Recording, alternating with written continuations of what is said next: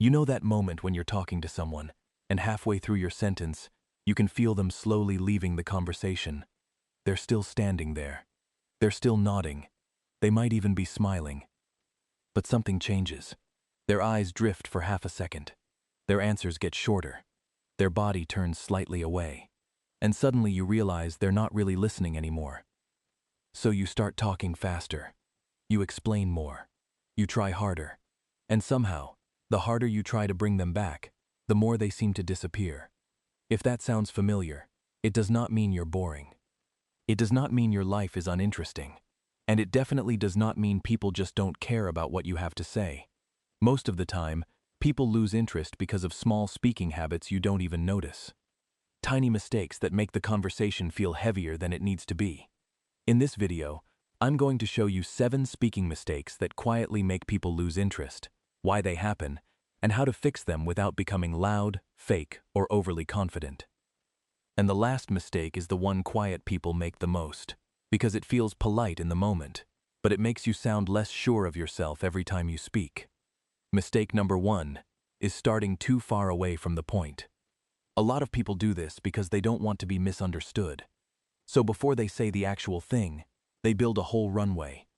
They say, "So basically, the thing is, I was thinking about this earlier, and I don't know if this makes sense, but kind of what happened was..."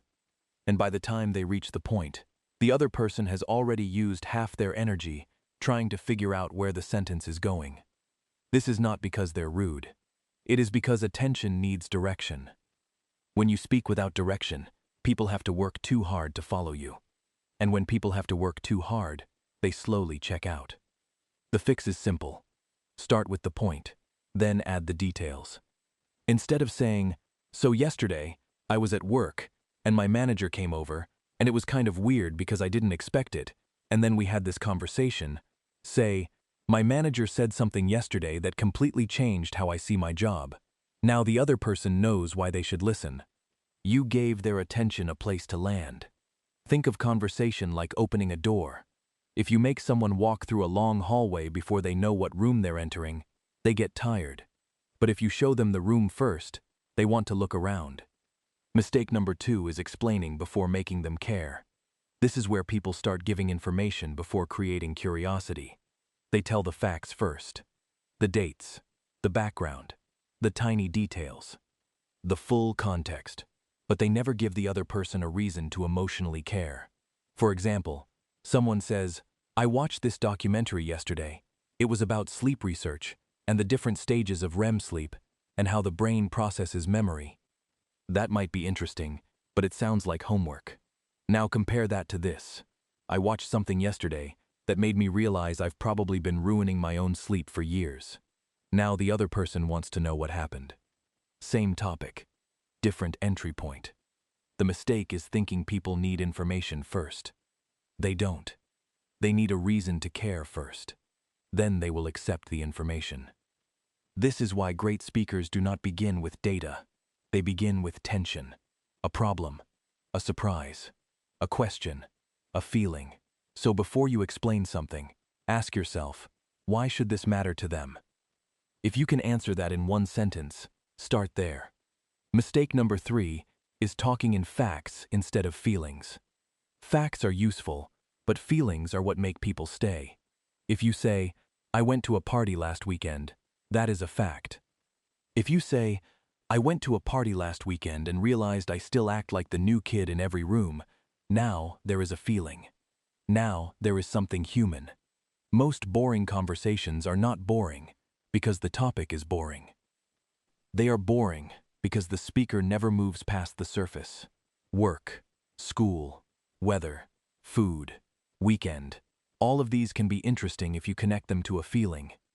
Instead of saying, "Work has been busy," say, "Work has been busy," in that weird way where you finish the day tired but can't explain what you actually did. Instead of saying, "I went home for the weekend," say, "I went home for the weekend and immediately became 12 years old again the second I walked into my parents' house." Instead of saying, "I'm trying to exercise more," say, "I'm trying to exercise more, but the hardest part is convincing myself I'm the kind of person who does that." That is what makes people listen. not the fact. The feeling behind the fact. Because people may not relate to your exact situation, but they can usually relate to the emotion inside it. Mistake number 4 is answering questions like you are filling out a form. Someone asks, "How was your weekend?" You say, "Good." Someone asks, "What do you do?" You say, "Marketing." Someone asks, "Do you like it?" You say, "Yeah, it's fine." Technically, you answered, but socially, you gave them nothing to work with. This is the quiet person's trap. You don't want to talk too much. You don't want to overshare. You don't want to sound annoying. So you keep your answers short. But then the other person has to carry everything. They have to ask another question, then another, then another. And eventually, the conversation starts to feel like an interview. Not because they are bad at talking, because you are making them do all the lifting. The fix is called the +1 answer. Every time someone asks you a question, answer it, then add one extra piece. If they ask, "How was your weekend?" instead of "good," say, "Good. I finally had one of those weekends where I did almost nothing and somehow still felt busy." If they ask, "What do you do?" instead of "marketing," say, "I work in marketing," which basically means I spend half my day trying to make people care about things they were ignoring 5 seconds ago. If they ask, "Do you like it?" instead of "Yeah," say, "Yeah, but it's one of those jobs where some days you feel creative and other days you feel like a professional email responder." That extra sentence gives the other person something to grab. It gives them a thread. And once you give people threads, conversations become easier. Mistake number 5 is trying to sound smart instead of clear. This one is sneaky because most people do not do it on purpose. They use bigger words, longer explanations, and complicated sentences because they want to be taken seriously. But clarity is more impressive than complexity. If someone has to decode what you mean, they stop feeling connected to you. They start feeling like they are solving a puzzle. And nobody wants every conversation to feel like a school assignment. Smart people are not hard to understand. Insecure people often are. Because when you are afraid of sounding basic, you hide behind complicated language. You say, "I think the underlying social dynamic is influenced by a lack of reciprocal conversational investment." When what you really mean is, "It feels weird when I'm the only one trying." One sentence sounds academic. The other sounds human. The goal is not to sound less intelligent. The goal is to make your intelligence easy to receive. Say it simply first, then add depth if they seem interested. That order matters. Simple first, deep second. Mistake number 6 is not reading their energy. Some people talk like the other person's reaction does not matter. They start a story, and even when the other person looks tired, distracted, or rushed, they keep going at the same speed. This makes people feel trapped, and when people feel trapped, they stop listening. A conversation is not a speech. It is a feedback loop.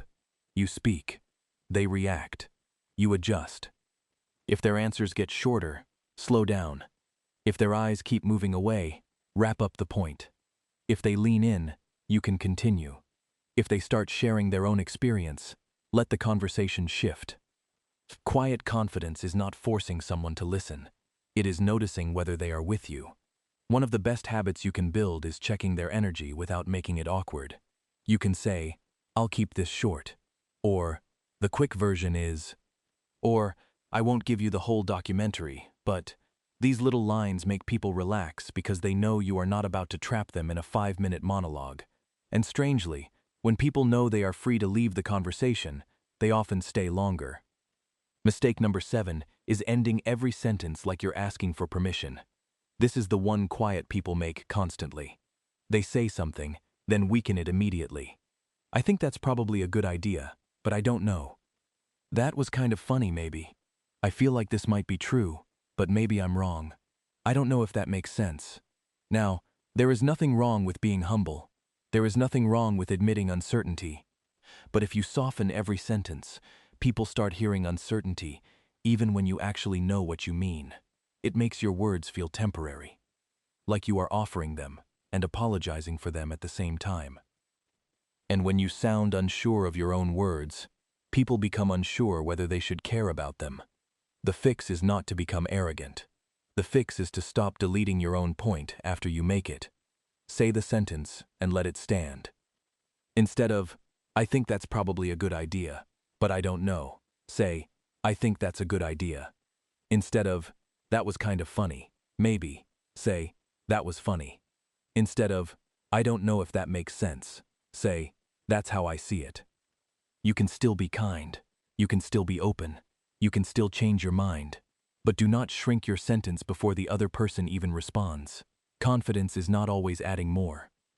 Sometimes confidence is removing the apology from something that did not need one. So here is the simple rule. Make your point. Give it 1 second. Let the other person respond. That 1 second will feel uncomfortable at first, especially if you are used to filling the space with nervous disclaimers. But that pause is where your words gain weight. Now, if you look at all 7 mistakes together, they come from the same place. Pressure. You feel pressure to be interesting, so you overexplain. You feel pressure to be accepted, so you make your answers too small. You feel pressure to sound smart, so you stop sounding clear. You feel pressure to be polite, so you weaken your own sentences. And the result is that people do not get the real version of you. They get the edited version, the careful version, the version that is trying not to be rejected. But the edited version of you is usually harder to connect with than the honest one. So the next time you are talking to someone, do not try to become a completely different person. Just fix the small things. Start closer to the point. Make them care before you explain. Move from facts to feelings. Give +1 answers. Choose clarity over complexity. Read their energy. And stop asking permission at the end of every sentence. Because people do not lose interest when you are quiet.